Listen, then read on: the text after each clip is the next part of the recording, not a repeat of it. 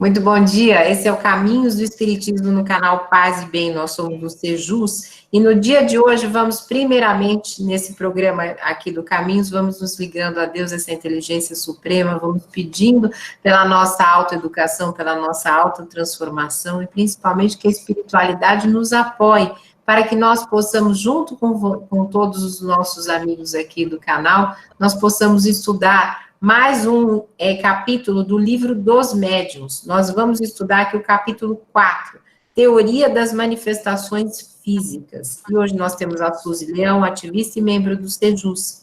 Então, neste capítulo 4, Kardec vai falar de movimentos e suspensões, de ruídos, de aumento e diminuição do peso dos corpos, porque ele está analisando tudo isso com um olhar científico, embora ele fosse um pedagogo, mas ele estava catalogando tudo isso para desenvolver a teoria espírita, que vem a partir dessa observação dos fatos. Então, eu vou dar a palavra para a Suzy, para ela contar para a gente, porque no dia de hoje nós vamos contar isso, né, Suzy? Como que as mesas giravam, que foi o que o Kardec foi estudar quando tinha todo aquele movimento na Europa, que era um espetáculo, as pessoas queriam ver as mesas girando, enfim. Então, como é que a gente começa a desenvolver esse raciocínio, Suzy? A Suzy está aí? Tá. Tudo bom, Carla? Bom dia a todos e a todas. Carla, falando dos fenômenos de efeito físico, a gente tem que, de novo, lembrar que estamos falando de um estudo feito por Kardec no século XIX, quando ele estava codificando a doutrina espírita, e o que chamou a atenção do Kardec para isso foram os fenômenos das mesas girantes, né? Fenômenos que estavam acontecendo em toda a Europa, como era na verdade, uma brincadeira, como se fosse a brincadeira do copo, né? Que não se deve fazer de jeito nenhum, só que se fazia nos cafés, se fazia nos salões de baile, né? A burguesia francesa estava usando isso como era uma moda, na verdade. E quando Kardec mergulhou nesse fenômeno e percebeu que esse fenômeno tinha uma inteligência por trás, né? Um fenômeno que as mesas iam respondendo às coisas, como é o famoso jogo do copo mesmo, né? Ele começou, então, a mergulhar de uma forma científica e estudar isso. Aí ele chegou a uma conclusão bastante importante, que é...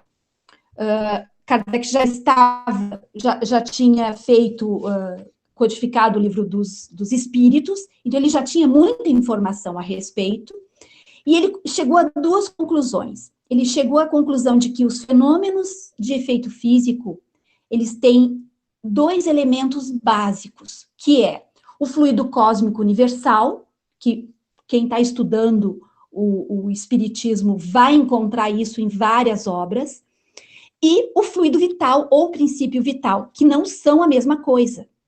É interessante que a gente faça essa diferença. O fluido cósmico universal é a matéria elementar do universo, é a matéria primitiva, cujas modificações e transformações constituem tudo que a gente conhece, o universo conhecido. E o fluido vital é o princípio da vida material orgânica. É uma derivação do fluido cósmico universal. Aí um outro ponto interessante. A hora que tu quiser me interromper, por favor, tá, Carla? Então, é importante, porque assim, a gente lá atrás, no Livro dos Espíritos, passou, eu acho que foi até uma aula que a gente fez com o Gilvan, a gente passou sobre o princípio vital, e assim, sempre tem muita confusão, né, entre princípio vital, fluido cósmico universal, todas essas determinações. Então, eu vou te dar a palavra, só para a gente deixar um pouquinho claro isso, para as pessoas, porque isso é a premissa para entender o livro dos médiuns, né, e as pessoas têm muitas dúvidas sobre isso. Acho que a Suzy travou, gente. Vamos ver se a gente consegue voltar. Suzy, tá por aí? Deu uma travadinha, eu vou pedir. Sim, estou por aqui. Tá bom. Deu uma travadinha, Vamos tentando, vamos do jeito que dá. Bem, então a gente tem que entender esses dois pontos, que é o fluido cósmico universal, né, que é a matéria-prima do universo, e o fluido vital, que é uma derivação do fluido cósmico universal.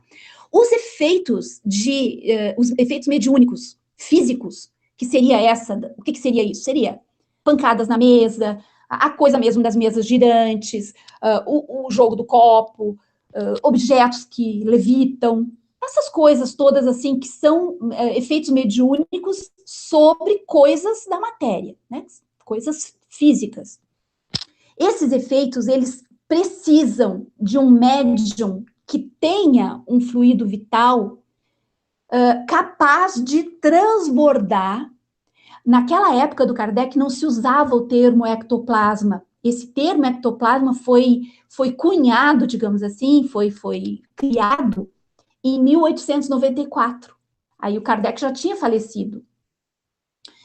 Que muita literatura que fala sobre mediunidade, mesmo os livros do André Luiz, os livros que a gente conhece, os clássicos que falam de mediunidade, eles já usam o termo ectoplasma, que é o fluido cósmico vital, aliás, perdão, o princípio vital, o fluido vital, que transborda do médium, né? Ele existe no nosso perispírito e ele existe no médium de efeitos físicos de forma tão grande que ele transborda.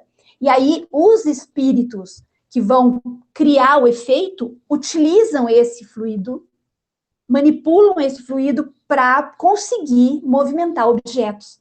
Na verdade, o espírito não pega o objeto com a mão, o espírito usa o fluido do médium para fazer esse efeito. Carla, uma outra coisa interessante que a gente precisa colocar é que espírito evoluído não faz efeito físico, né? O espírito de luz, ele não executa efeito físico.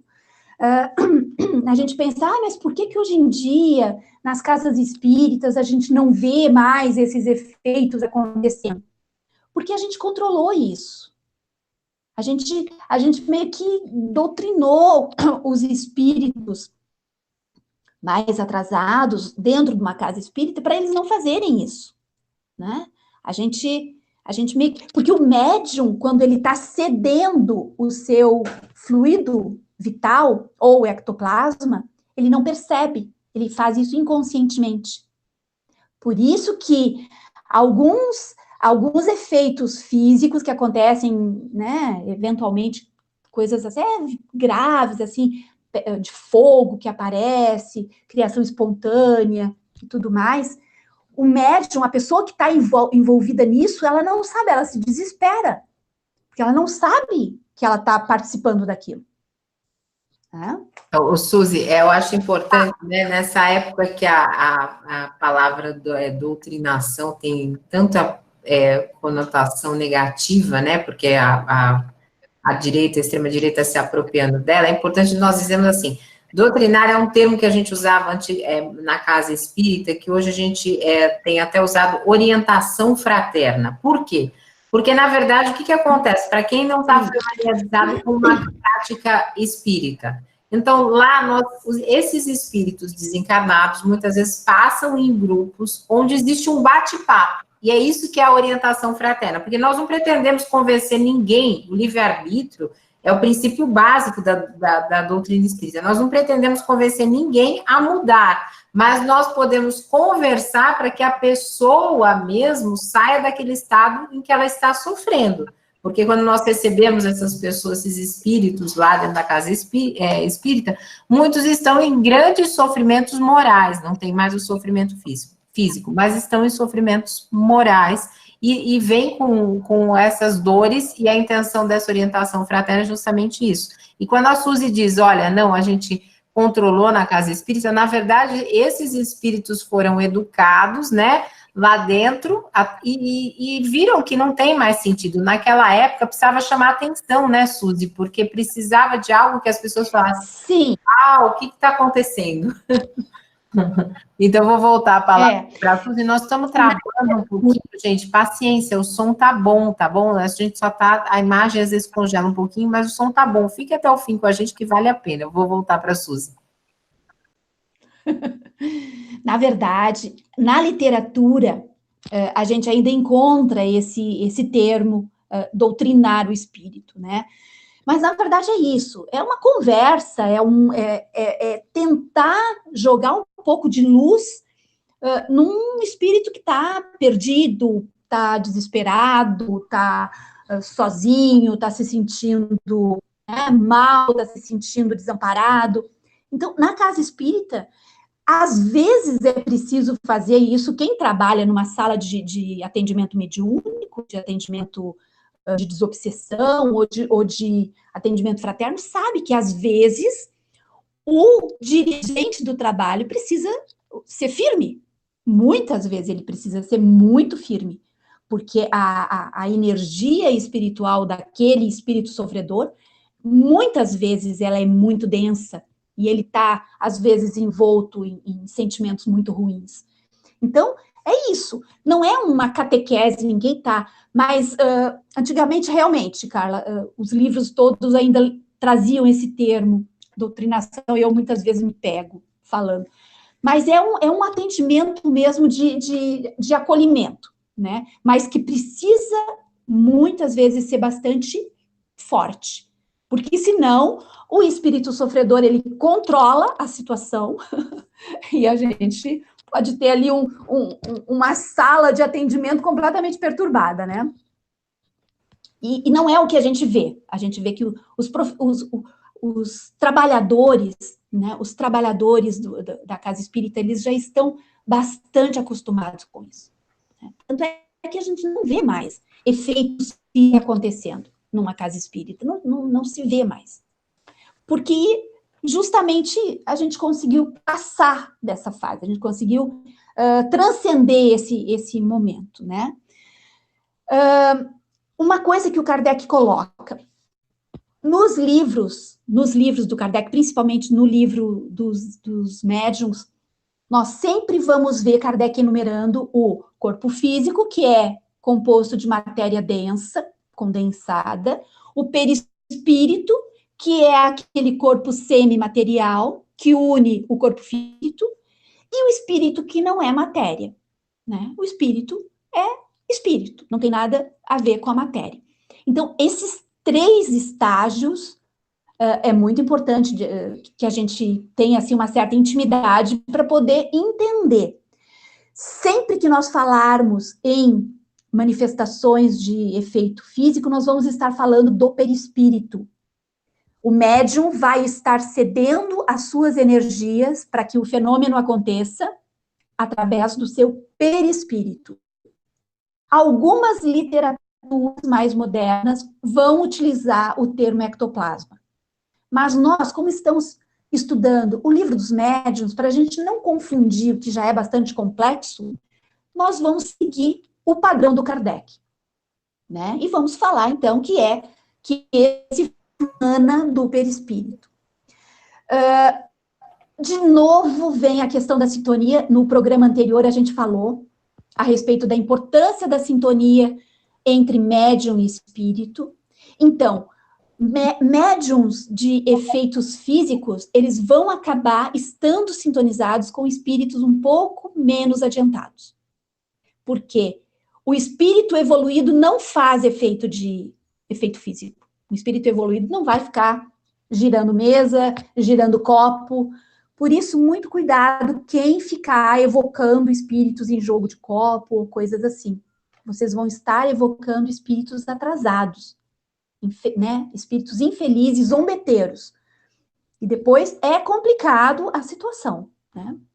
Depois fica uma situação delicada. Tu tem alguma pergunta, minha querida? Então, vamos lá.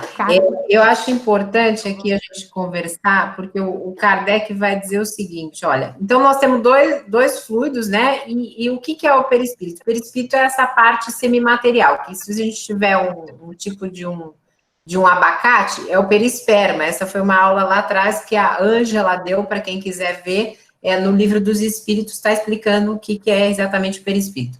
Então, tem os dois fluidos que se combinam involuntariamente, muitas vezes o do médium de efeitos físicos, e a partir dessa combinação é que move os objetos, mas não tem a mão, porque na época de Kardec acreditava que era a mão do espírito que movia o objeto. Não é, é uma combinação fluídica que vai fazer com que esses objetos se movimentem, né, Suzy? E é importante a gente frisar isso, porque muitas vezes as pessoas acham que realmente é uma coisa sobrenatural. Não é sobrenatural.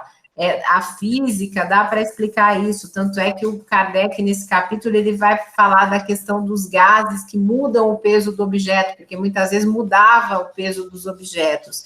Então, é tudo explicado com muita naturalidade. E aí eu queria que a gente entrasse nesse... um pouquinho mais nessa questão de dizer que é tudo muito manifestação espontânea, por isso que chama espontâneo, né? Não tem nada que seja produzido, né? Porque também se acreditava que produzia. Numa época estudaram, falaram, não, mas será que o médium não está mexendo? O Kardec falou, a mão do médium está em cima da mesa. Então, ele foi desconstruindo todo o sobrenatural, mas desconstruindo também a questão do charlatanismo. Não que não tivessem pessoas que abusassem disso na época, que a gente sabe que tinham e ainda tem, né? A gente vê muito cartaz em poste, vem aqui que eu faço isso e você vai receber o seu amor de volta, vai receber não sei o quê, pague tanto. A gente ainda vê essas questões, né, Suzy, associadas aí à prática mediúnica, né? Eu acho que... Uma coisa que a gente precisa sempre ter, Carla, é que o fenômeno mediúnico, ele não é uma ligação telefônica, tipo assim, eu vou telefonar para o espírito e o espírito vai me atender. Não é assim que acontece. O fenômeno mediúnico, principalmente o fenômeno de efeitos físicos, ele acontece muitas vezes à revelia do médium. É muito mais uma ligação de lá para cá do que uma ligação daqui para lá. É quando o espírito quer que ele vai fazer. Na época do Kardec, o espírito que ajudou Kardec em muitos experimentos deixou claro para ele, em vários experimentos, que ele estava se dispondo por uma causa.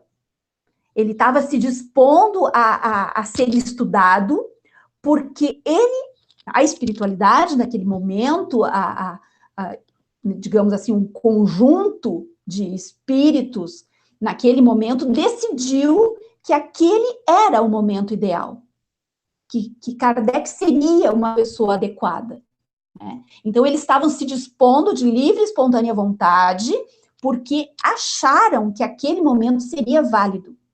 Mas hoje, se a gente se dispuser a fazer qualquer coisa, o espírito vai ou não vai, se ele quiser. Então, quando a gente vê, por isso, muito cuidado com o charlatanismo. Quando a gente vê, o espírita tal, o médium tal, no tal dia, na tal hora, vai fazer isso acontecer. O que acontece?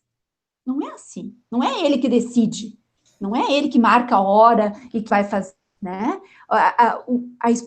Os espíritos desencarnados decidem o momento.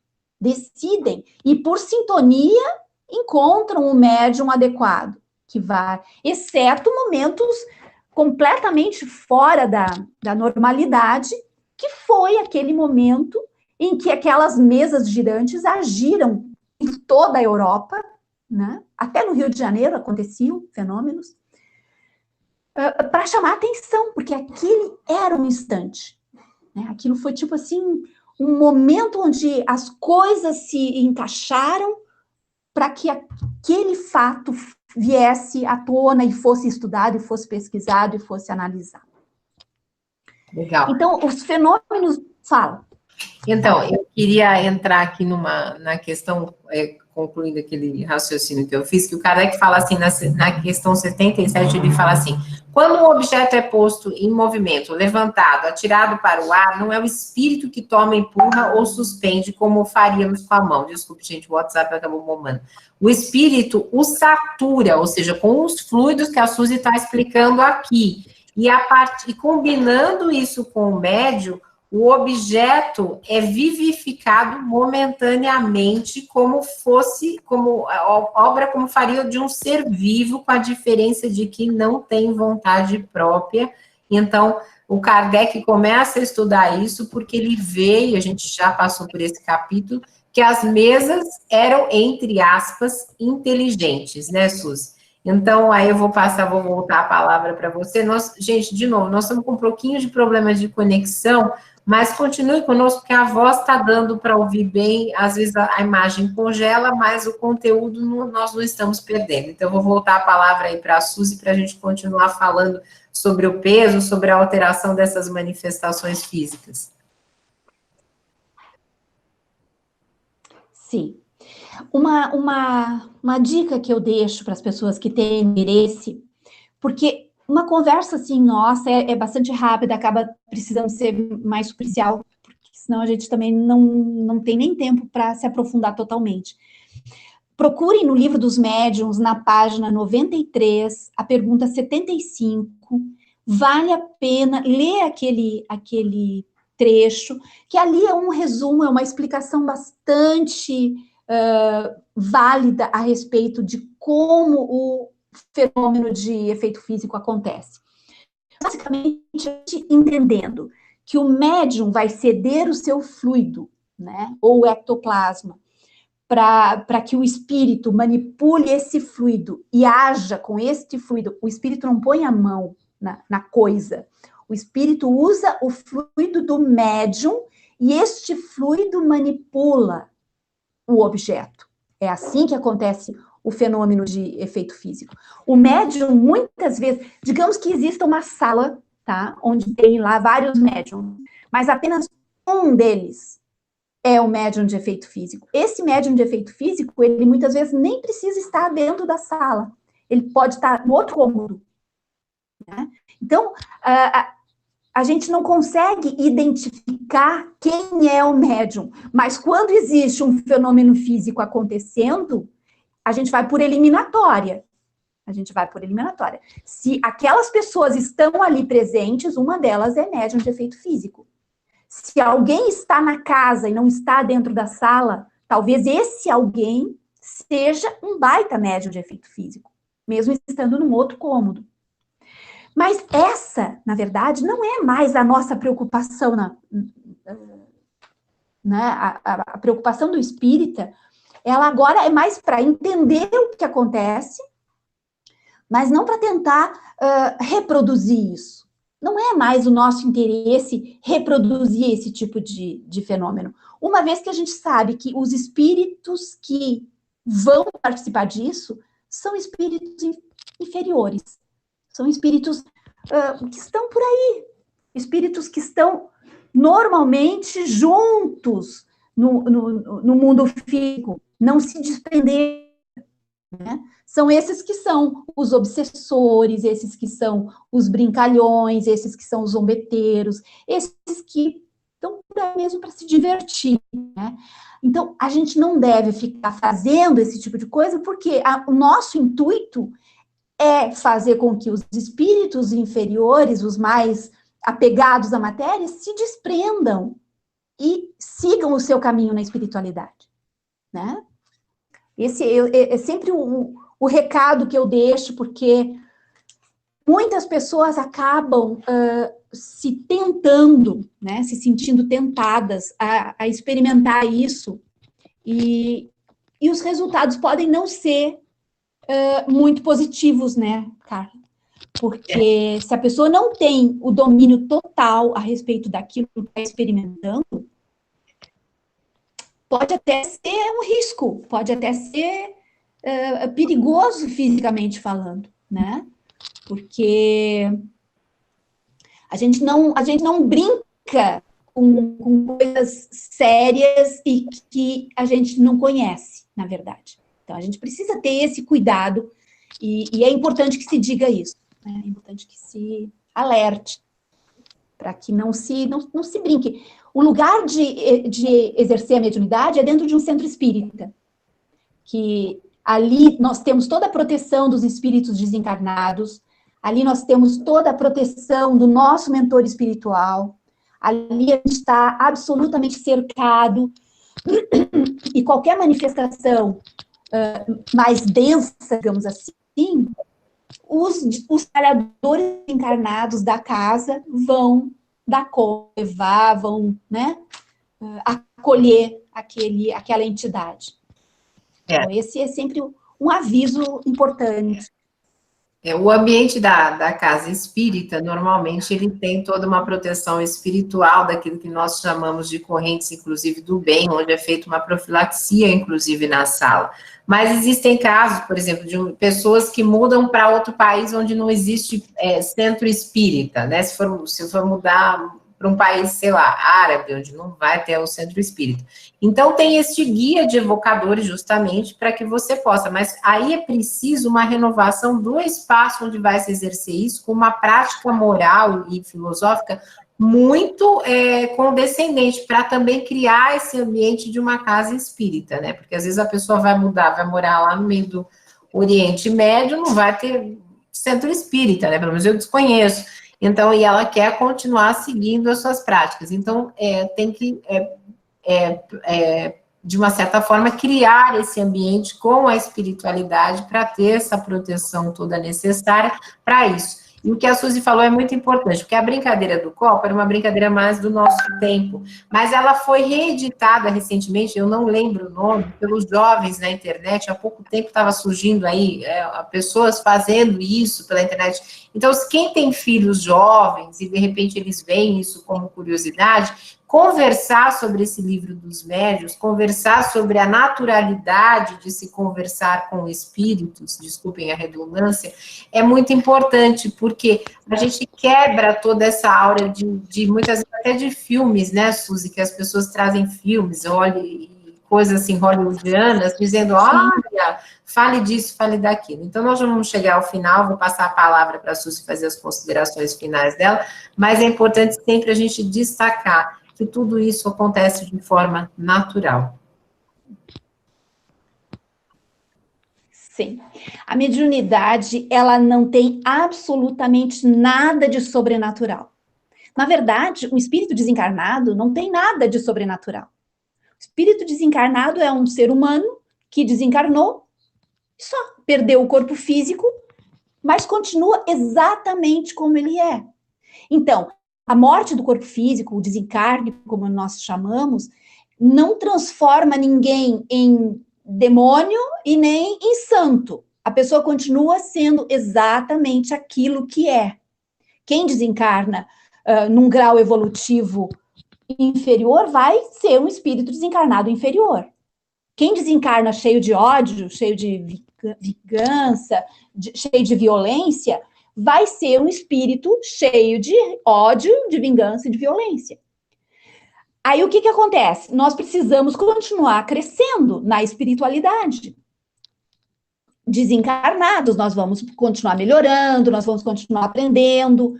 Então, nós, espíritas, se numa sessão mediúnica ficamos o tempo todo chamando espíritos infelizes para fazer efeitos físicos, nós não vamos estar permitindo que esse espírito melhore, né? Nós vamos ficar puxando ele, não fica aqui. Porque quem faz efeito físico, o espírito que se manifesta através de efeito físico, normalmente são os mais atrasadinhos, são os mais apegados à matéria.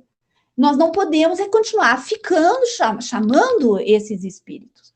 Nós temos que deixá-los para que eles continuem o seu processo de crescimento, seu processo de evolução, né? Mas não existe nenhuma coisa de sobrenatural, nada. O que acontece é que a gente tem que ter cuidado, porque, por exemplo, nós vamos ficar mexendo, dá para uma criança de 5 anos acender uma fogueira ou acender uma churrasqueira? Claro que não. ela está mexendo com fogo, ela não conhece, ela não entendeu. É isso, não é sobrenatural. Mas cada coisa tem que ser tratada com responsabilidade. A mediunidade é a mesma coisa. A mediunidade é uma faculdade que nos permite entrar em contato com espíritos desencarnados. É o que nos une, é a comunicação entre o mundo dos encarnados e o mundo dos desencarnados. Não existe nada de sobrenatural. É absolutamente natural. Para que a mediunidade aconteça, precisa que haja médiums, que é aquela pessoa que tem a possibilidade, e essa pessoa não precisa ser espírita. Essa pessoa pode ser um católico, pode ser um protestante, pode ser um ateu, né? Porque a mediunidade é uma capacidade física. Ela está relacionada com o nosso perispírito. Todos nós temos. Então, na verdade, é isso, Carla. A gente não precisa criar nenhum tipo de mito, de tabu, nem nada. A gente só precisa alertar que mediunidade é uma coisa séria, não pode ser vista como brincadeira, não pode ser vista por pessoas que estão só a fim de se divertir, porque nós vamos estar lidando com energias, nós vamos estar lidando com entidades espirituais, com pessoas, né? Pessoas. E não se brinca com pessoas. E não se brinca com pessoas que têm o corpo físico e não se brinca com pessoas que não têm o corpo físico. Então, a gente precisa ter essa responsabilidade. A partir disso, encarar com a maior verdade. Se alguém, por algum motivo, sente que está participando desse tipo de coisa, busque uma casa espírita. Procure uma casa espírita, conte a história, busque o acolhimento, atendimento fraterno. Tudo isso é absolutamente natural, né? Não existe nada que seja, oh, que drama. Não existe o sobrenatural. Existe coisas que a gente conhece e coisas que a gente ainda não conhece. Ótimo. Então, gente... Basicamente é isso. Obrigada, Suzy. Nós vamos, então, finalizando esse programa e dizendo o seguinte, existem casos, e a minha experiência toda dentro da parte mediúnica, em que crianças que são médiuns físicos e os pais nem sabem, por exemplo, a casa começa a pegar fogo em algumas partes. Então, procure a casa espírita, porque ela vai conseguir orientar vocês e colocar em algum tipo de reunião mediúnica onde isso possa ser trabalhado, não é motivo para desespero. Então, muito obrigada, Suzy, muito obrigada a você que nos acompanhou aqui no canal Paz e Bem. Um beijo grande e nós voltamos em breve com mais do Livro dos Espíritos. Até mais.